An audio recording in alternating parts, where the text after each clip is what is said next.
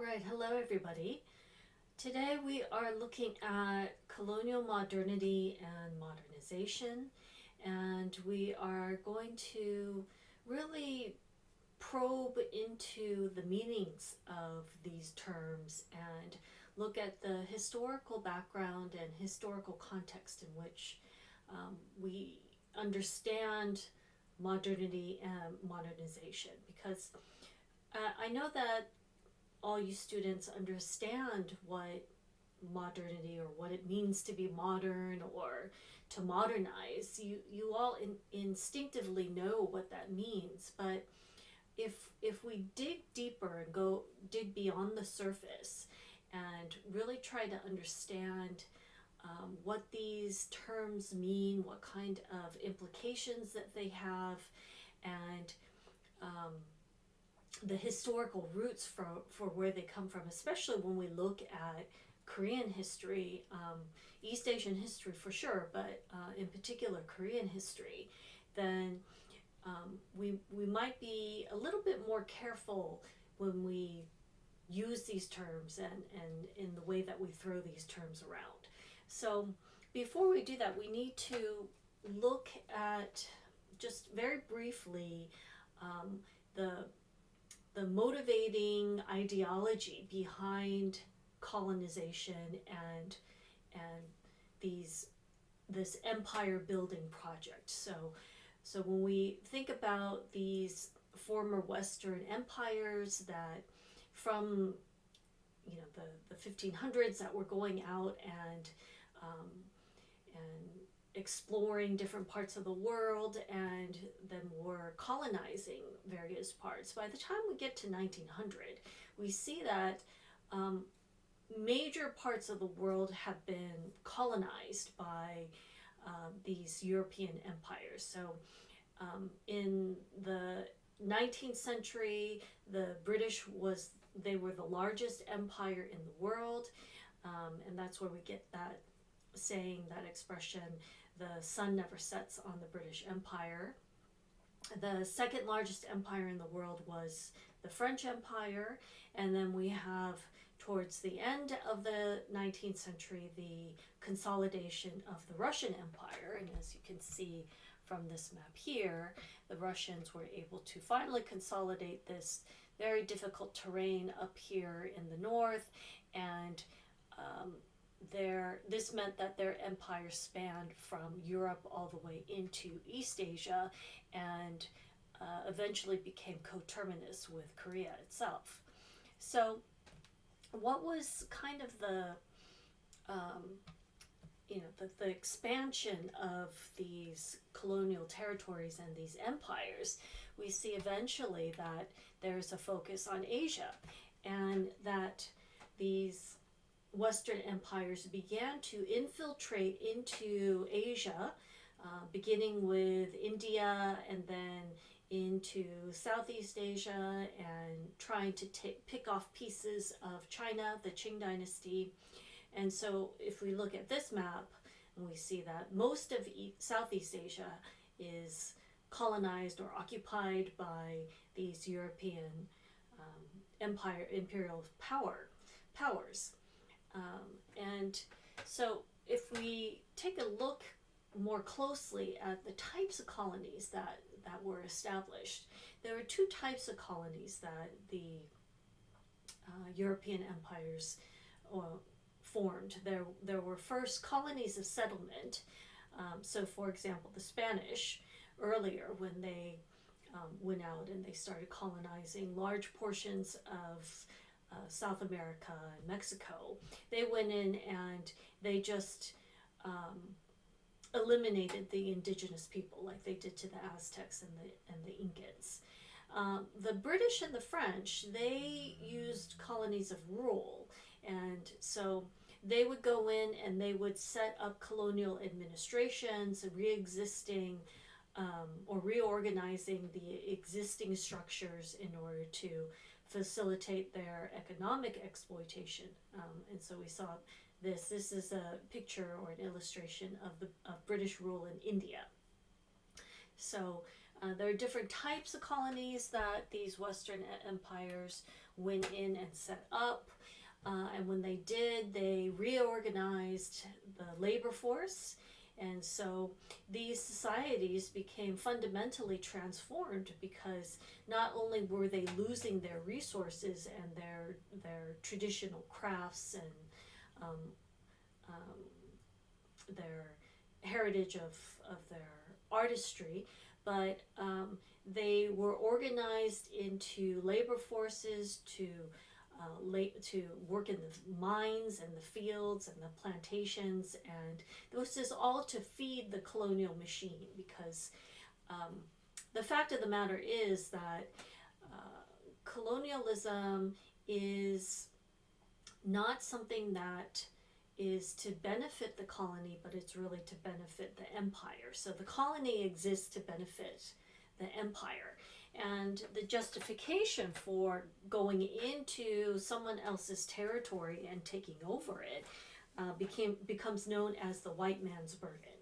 And this is the idea that, well, we as a Christian civilization, such as the British and the French, we are more advanced and we are more civilized, and so it is our responsibility to go into these more barbaric, uncivilized countries and to help them, to help civilize them. And so this quote, when the white man came, he had the Bible, we had the land. When the white man left, we had the Bible and he had the land. So this very much describes what happened in a very simplistic and concise way, what happened during European colonization. But this justification is known as the white man's burden. What also occurred was a reorganization of colonial labor.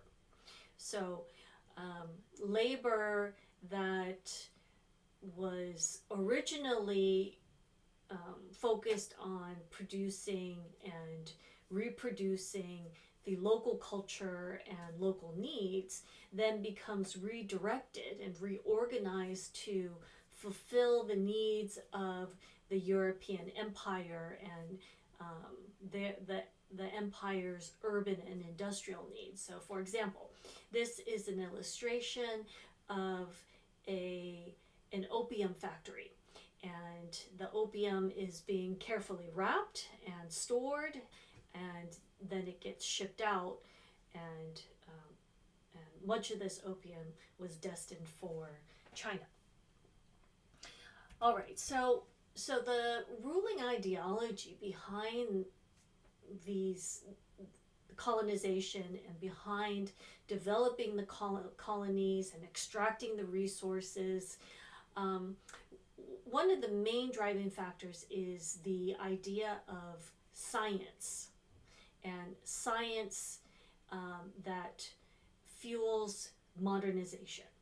So the idea that scientific knowledge, which is based on the experimental method as developed in the scientific revolution of the 17th century in Europe, was the key to expanding all human knowledge. So this idea that science now becomes the basis for all knowledge, because we're moving from the feudal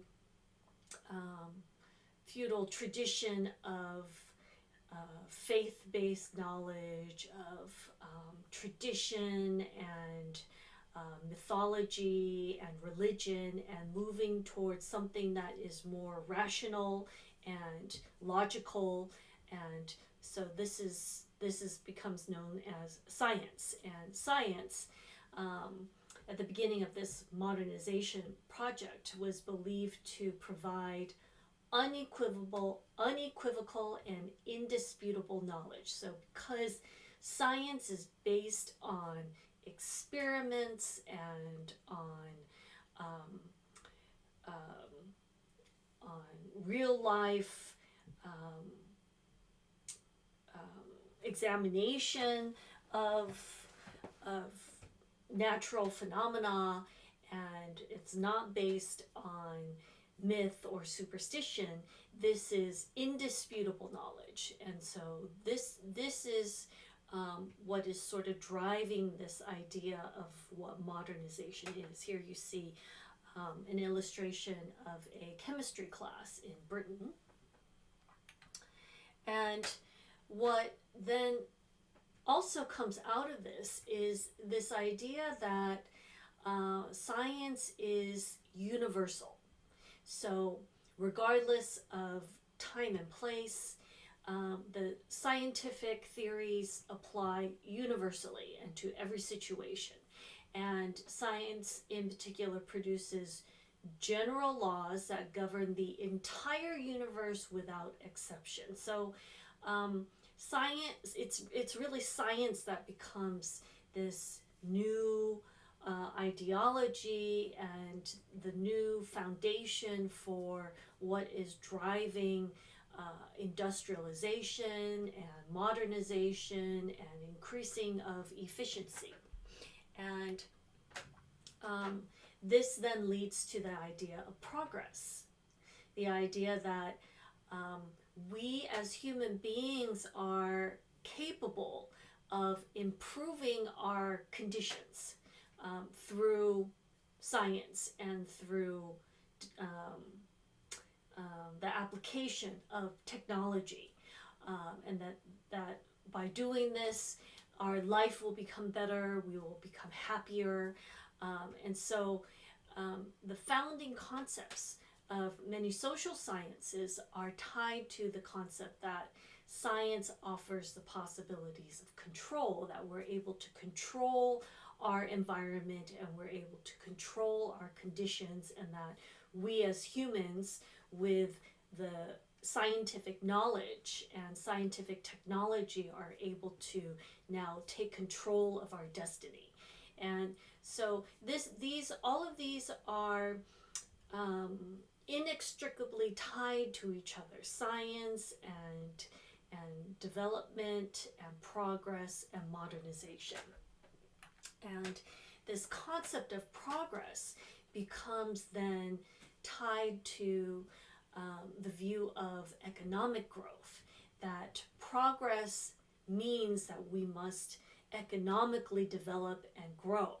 And this idea of progress, this concept of progress, becomes depicted as universal, that all cultures and civilizations and nations are striving to progress and to develop, and that this has been our reason for existence since the ancient times, and that if we look at history, human history, it's a history or story of progress, moving from very primitive cultures and then developing technology and knowledge, and then progressing to the point that we are at now. So that is this very predominant concept of progress and economic growth and modernization that dominates during the 19th century. But we need to understand that and recognize that this idea of economic growth and its ties to progress, this is really a modern invention. This is something that emerges in the 18th, 19th centuries, and it is not universal, and it is not necessarily required, because we have seen for many centuries how civilizations have gotten along just fine without this idea of having to constantly grow their economy. So this is one sort of flag that's being raised to really question, okay, is this idea, is this really how we want to define progress, is by economic growth? Because this is really a Eurocentric vision. This growth theory is comes from the Western historical experience of industrial capitalism. and it then spreads out to other areas of the world, to and especially where empires like Britain and France are going in and controlling these territories and um, restructuring their economies, the local economies, to benefit the imperial economy. These are based on this Western model that um, we need to constantly try to develop and improve our technology and improve our efficiency in order to grow the economy. And so this is an idea and a concept that really privileges and prioritizes the Western capitalist historical experience. All right, so with that as the background, with the very, very basic foundation for our examination of what modernity and modernization really are, let's now turn to the Korean case in particular. And this, we need to start with the Japanese colonization of Korea, which lasted from 1910 to 1945, because for many years, and particularly leading up to colonization and thereafter, Japanese historians, they justified the colonization of Korea by saying that, well, Korea was not modern, and we, the Japanese, have successfully modernized and have become an advanced empire, and thus we need to go into Korea and we need to help modernize it. So this is where this idea of colonial modernity comes from. If we look at Japanese policy, though, and it follows very closely to how the European imperial powers behaved in their colonies, the Japanese, they maintained the landlord-tenant system in Korea, which had existed from the Joseon Dynasty and even before that, because it was not really in their interest or to their advantage to change it. And so they would develop areas, and they they established certain industries because they needed it in order to develop the colonial economy. So, for example, they needed banking industry, they needed communications, they needed infrastructure to transport goods and people from one place to another. And so they developed these things in Korea, but that was only because they were trying to develop the colonial economy to supplement and to support the Japanese colonial economy. And the eventual goal for the Japanese colonial authorities is to incorporate Korea into the international market. And so we do see the colonial development of Korea in certain areas. This is an old picture of Seoul during the colonial period, and we see that there are modern building structures, and there's power lines, and we know that there was modern roads and infrastructure and communications and postal service and whatnot. So the Japanese most certainly were very focused on trying to develop the colonial economy. So and this also included agriculture. So they focused on the production of rice, because Japan does not produce enough rice for their own population. At least they did not at this time. And so Korea became the major exporter of rice to Japan.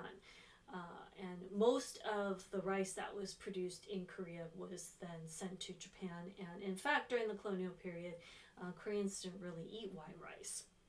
So we see that there is the same kind of restructuring and reorganization of the labor force in order to produce goods that benefit the Japanese empire, and a realignment of certain industries or alignment of certain industries in order to help support the development of the Japanese imperial economy.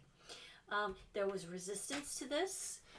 We know that on March 1st, 1919, which ended up being the largest national independence movement in Korean history to date, to at this point in history. Over 1 million Koreans joined in, and men, women, young, old, it didn't matter, from all over the country participated. There was quite a bit of resistance to the Japanese, and not only was there resistance inside of Korea, but these resistance movements were somewhat limited because of a very pervasive and brutal Japanese colonial police force. So many of the resistance movements had to move outside of Korea. Some of them went to China, Manchuria, and Russia, where they became exposed to communist leftist ideology. This is also about the time that supposedly Kim Il-sung emerges as a righteous army figure or an independence activist. The story is that Kim Il-sung goes up to Manchuria and he's fighting against the Japanese, and then later on goes to Russia, where he is properly educated in Marxist ideology, and then returns to Korea after liberation. But after the March 1st movement, a provisional government is established in Shanghai, and at the beginning it incorporated a wide variety of Koreans, but including those on the political left and the political right, but unfortunately their political differences were too great, and this provisional government became dominated by the right, the political right. There are also resistance groups in the United States, led by various figures such as Syngman Rhee and An Chang-ho and Pang Yong-man, and their ideas of how to restore independence to Korea were very different from their communist counterparts in China, Manchuria, and Russia. But they often believe that if we're not going to outright fight against the Japanese, which could be a suicide mission, then perhaps we have to rely on a foreign power to help us, namely the United States. And so in 1945, when Japan surrenders and World War II ends, this means that Korea regains its independence. But what remains at the end of the colonial period is this very, very diverse population, everywhere from landlords to tenants, capitalists to factory workers, and professionals to landless peasants, and everything in between. And so the question becomes, how do we unify all of these different people that fall all across the political spectrum? Unfortunately, the Russians had interest in what a newly liberated Korea was going to look like. Russia shared a border with Korea, and they had historically been interested in the events in Korea. And the United States knew this. So the United States, they approached the Russians, and because their policy changed and they felt that the security of the Pacific was important to the security of America, they also wanted to have a part in what would happen in the newly liberated Korea. And so we see that they agreed to divide the country at the 38th parallel. The United States sends in 25,000 soldiers to occupy the southern portion of the peninsula. The Russians did the same, and this leads to the Cold War. And we see that this then has a snowball effect, because a few years later, in 1948, elections are held in the South. These elections are sponsored by the United Nations, and Syngman Rhee is elected as the first president of the Republic of Korea, but Pyongyang protests. So while they are holding this election, North Korea denies entrance into the northern part of the peninsula.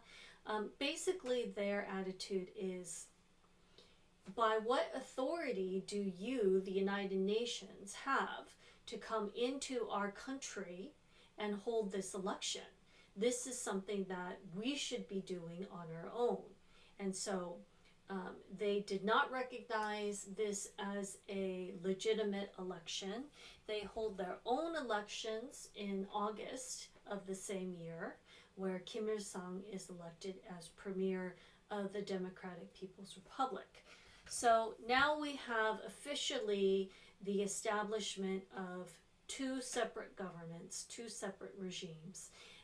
The Soviets withdraw their troops from the north, the Americans withdraw their troops from the south, and this sets the stage for the Korean War.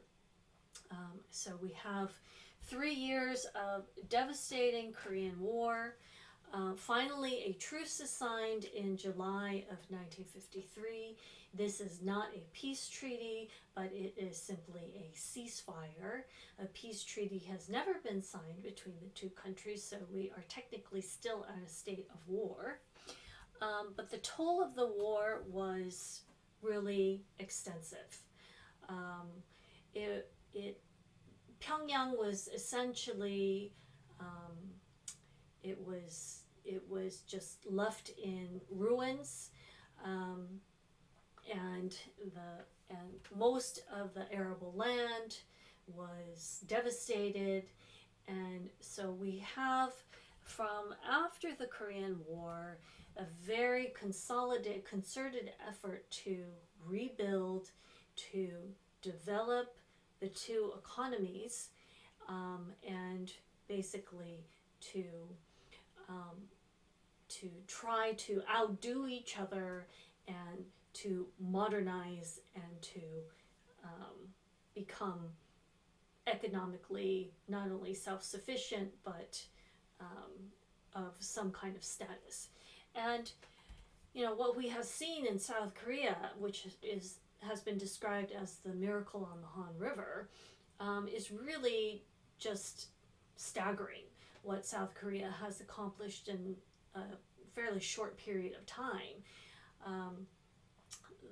I believe that South Korea is either the 12th or the 13th largest economy in the world now, and the large conglomerates such as Samsung and Hyundai and LG, and these are globally recognized, and we see that the economy of South Korea has really just taken off. But we do also see how in North Korea that they have focused on development and modernization as well. This is a picture of Pyongyang, and development has been a key feature of North Korean policies from going back to Kim Jong-il. During Kim Il-sung's reign, it was a bit different, because Kim Il-sung, when he was in power, they were receiving large amounts of aid from the Soviet Union and for China, and they were implementing these 5-year plans, as communist states like to do. But from the rule of Kim Jong-il, it was really about focusing on his father's Juche ideology, self-sufficiency, which included economic self-sufficiency and developing the economy. And so we have seen this on both sides of the 38th parallel. And this then goes back to these fundamental principles and concepts of science and development and progress. And while they have manifested themselves in slightly different ways in South and North Korea, still we see that there are some similarities as well. So, this idea of developing technology, which has now produced the auto industry in Korea and the cell phone industry and technology and electronics products, which are some of the best in the world. This has really contributed to the expansion and growth of the South Korean economy.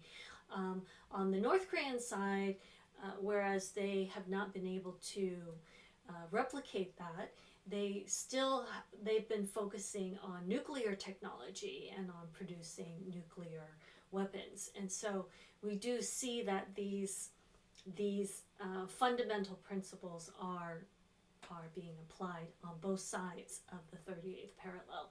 So what we will do in discussion is to really try to break down these concepts of modernization and look at more carefully the Korean historical roots of these ideas of development and progress and modernization, and how this should affect how we think of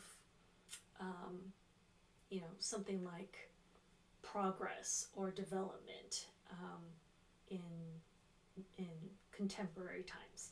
All right, so I will leave you with this, and I will see you in discussion.